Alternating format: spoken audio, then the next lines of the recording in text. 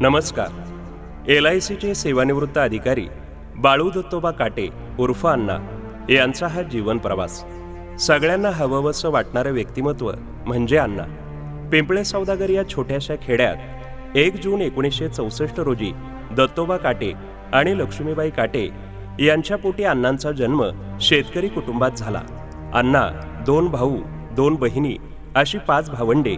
घरची परिस्थिती अत्यंत हलाखीची असताना आईवडिलांनी मुलांना चांगले संस्कार शिकवण दिली.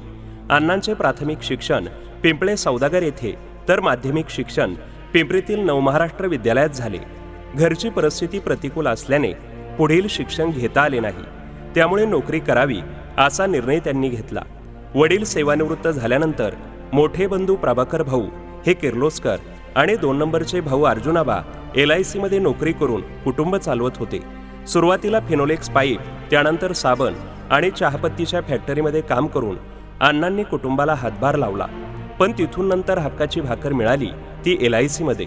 सुरुवातीला 5 वर्ष सुरक्षा रक्षक म्हणून काम केल्यानंतर ते परमनंट झाले श्री क्षेत्र पंढरपूरला. आज या निमित्ताने अभिमानाची गोष्ट सांगावीशी वाटते. 5 वर्ष पंढरपूरला नोकरी करत असताना पंढरपूरच्या पांडुरंगाचे दर्शन घेण्याचे भाग्य अण्णांना अनेक वेळा आपल्या आयुष्यात प्राप्त झाले. दसरा, दिवाळी आणि सणवार आला की अण्णांचे गावी येणे असायचे. त्यानंतर सर्व वास्तव्य हे पंढरपूरलाच. आनंदाची बाब अशी अण्णांना पांडुरंगाचे दर्शन करण्याचा बहुमान अनेक वेळा मिळाला आणि त्यांच्या आयुष्याला दिशा मिळाली. त्यानंतर पुणे या ठिकाणी बदली झाली ती पिंपरी शाखेमध्ये. या शाखेचा जन्म अण्णांसमोर झाला. सुरुवातीला 1 कर्मचारी 1 टेबल आणि ते म्हणजे अण्णा. पिंपरीला आल्यानंतर वयाच्या 28व्या वर्षी अण्णांचा विवाह शेलपिंपळगाव येथील दौंडकर परिवारातील तारामती यांच्याशी 29 मे 1991 रोजी श्री क्षेत्र आळंदी या ठिकाणी झाला आणि प्रापंचिक वाटचाल सुरू झाली. 10 सप्टेंबर 1993 रोजी संसार वेलीवर कृष्णाच्या रूपाने पुत्ररत्न प्राप्त झाले. पुढील काळात त्यांची नगर जिल्ह्यात शेवगाव येथे बदली झाली. 2 वर्ष सेवा केल्यानंतर ऐतिहासिक वारसा लाभलेल्या राजगुरुनगर येथे काम करण्याची संधी मिळाली. 2000 साल आलं. पौर्णिमाच्या रूपाने कन्यारत्न प्राप्त झाले. पुन्हा एकदा अण्णा पिंपरी शाखेत आले.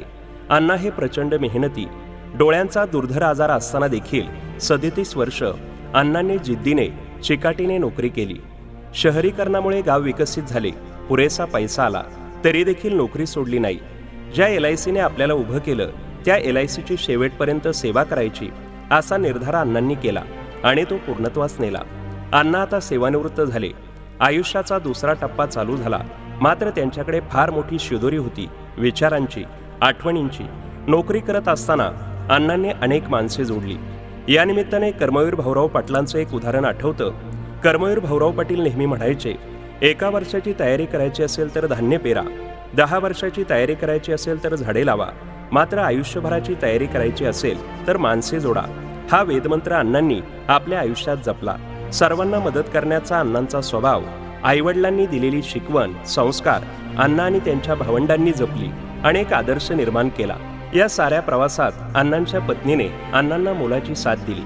एका यशस्वी पुरुषामागे एक स्त्री असते याचे उत्तम उदाहरण म्हणजे आदरणीय तारामती ताई. अण्णांनी आपल्या 2 मुलांना उच्च शिक्षण दिले.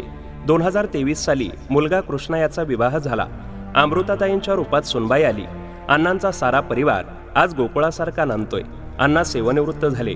या निमित्ताने कवी कुसुमाग्रजांची कविता आठवते. संपू दे अंधार सारा उजळू दे आकाश तारे, संपू दे अंधार सारा उजळू दे आकाश तारे, गंधाळल्या पहाटेचे येथे वाहू दे आनंदाचे वारे. असेच आनंदाचे वारे अण्णांच्या आयुष्यात वाहत राहू ही मनोकामना. आज 1 जून त्यांचा वाढदिवस. शुभेच्छा देत असताना एवढंच म्हणावंसं वाटतं, तुम जियो हजारो साल, साल के दिन हो 50,000. त्यांचे पुढील आयुष्य सुख, समृद्धी, निरोगी, आरोग्यमय जावो ही सद्भावना. धन्यवाद.